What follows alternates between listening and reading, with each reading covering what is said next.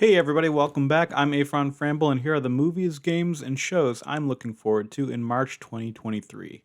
For games, Wolong Fallen Dynasty is going to be a huge title, highly anticipated.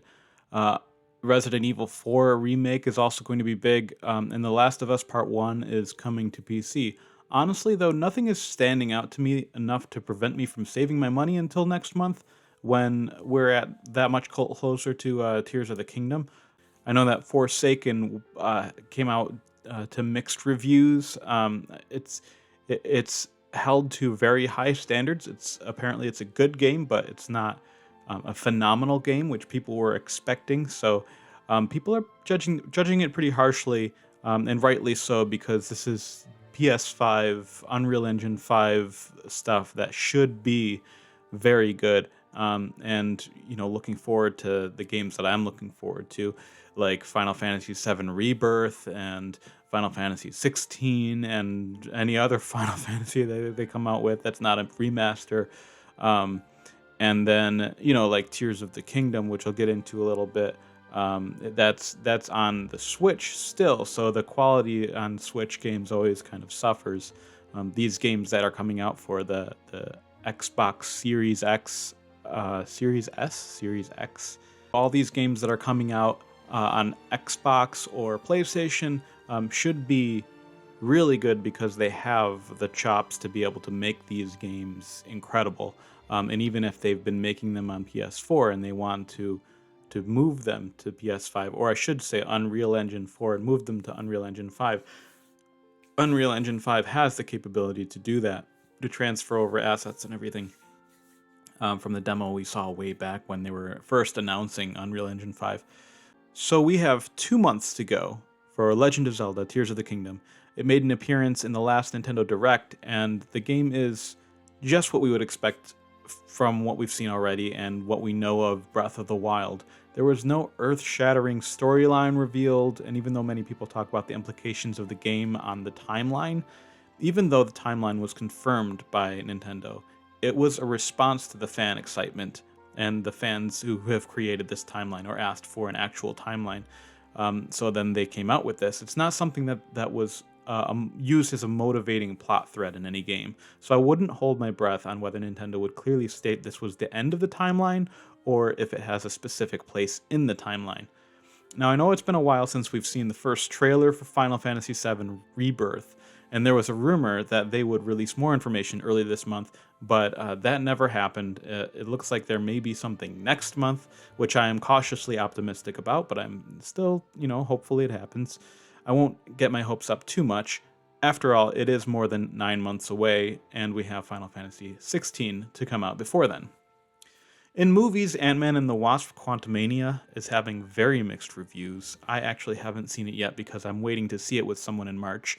Normally, I see these movies the day they come out, and it seems to be a theme where people who are really into the MCU will defend the movies and shows, even if they've declined in storytelling or overall quality. Some people have dropped off the wagon completely, but Ant-Man has never been a huge draw for me.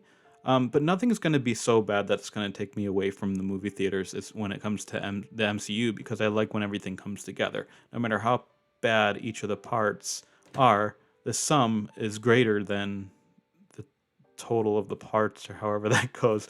I guess in this case, yeah, the sum is greater than all the parts added up.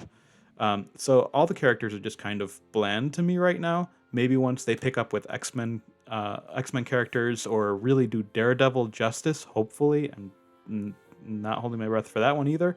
But combine him with Wolverine and Luke Cage, form some smaller groups of new Avengers. I'd be into it. Ms. Marvel, Hawkeye, She-Hulk, Namor, they're all just okay. But I'm still on this train. I expected a bit more from Namor, but he still has a lot more story to tell in further movies and shows. And I guess that's kind of the crutch that the MCU leans on, is that, if you didn't like what we've come out with now, don't worry, there's going to be more story coming. Don't worry, there's going to be another show or another movie. And if they don't deliver eventually, people are going to stop watching. That hasn't happened for me, and I don't think will happen for a while. You could still crank out a whole other phase of terrible shows and movies, but I don't think that's gonna. I think within the next few movies, there may be some threads that some people will be able to latch on to. I'm being optimistic with that, but we'll see what happens. So for shows, Bad Batch is just that, a Star Wars Clone Wars spinoff. It's a cartoon, it's fine, but I'm eager to see a new story, something from long before the Old Republic, in some show or movie that they come out with. And I think there were talks about maybe doing some kind of storylines that happened sometime in the past. I just want to see lightsabers again. Something about the mystical side of the Force and the galaxy is more intriguing to me than The Mandalorian and Andor. Although those were the two of the best shows to come out of Star Wars in the past few years.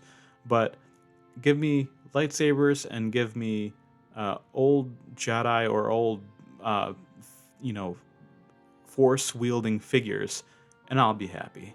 Do some new story, something mystical and old and rustic, and maybe not too metropolitan like they did with the prequels. So in March, Shazam! Fury of the Gods is out on the 17th. With this and future projects announced, maybe it's the DCU's time to shine. James Gunn has a good head start, and positive or negative, we can just let the movies that come out speak for themselves. I haven't typically been into DC as much as Marvel since Kevin Feige took over for Marvel for the MCU, but there's way too much good material in DC to not tell some really great stories. And James Gunn's decision to have the same quality in animation, gaming, and movies is a bold but good decision. If they can use some of the fire in animation that they have to feed their movies, they will have hit the jackpot. For other movies, John Wick Chapter 4 is out on the 24th, and Dungeons & Dragons Honor Among Thieves is out on the 31st. I probably would be more inclined to see D&D because I've seen the John Wick movies, and to me they're just typical action movies where the main protagonist wears plot armor. It's fun, but I might wait to see that a few months from now when it streams. I do think D&D may be a better show series, but they're already kind of doing that with like Fang and Bone and The Witcher and just other fantasy series like that that are a little more gritty. For Netflix, other than the Hangover movies, The Hunger Games, Mockingjay, World War Z, just a bunch of high-profile movies that are making their way onto the streaming service from the past. I've been intrigued by the show You, which I heard was good and is getting season 4 part 2. I haven't seen any of that, but I've been recommended that show, so maybe I'll check that out. After that, I've never seen Kick-Ass 2, which I've been meaning to catch. I don't know why I haven't seen it until now. The Riddick movie franchise is pretty good, but nothing new that I have been anticipating. It might be another month of catching up on classics, waiting for season 3 of The Witcher to come out, possibly this summer. But the last 2 months, January and February, have just been trying to catch up on a lot of things, look at new either Netflix originals or shows or movies that I haven't seen before. But I'm awaiting when they come out with some new stuff that I have been looking forward to, or something that really looks good, that I'll drop something else that I'm doing to watch. And the only 2 things on Disney Plus I'll be watching in March are the remainder of Bad Batch and The Mandalorian Season 3. That's it. Pretty light on content for Disney Plus for March. Anyway, those are all the things I'm looking forward to in March. Thanks for watching.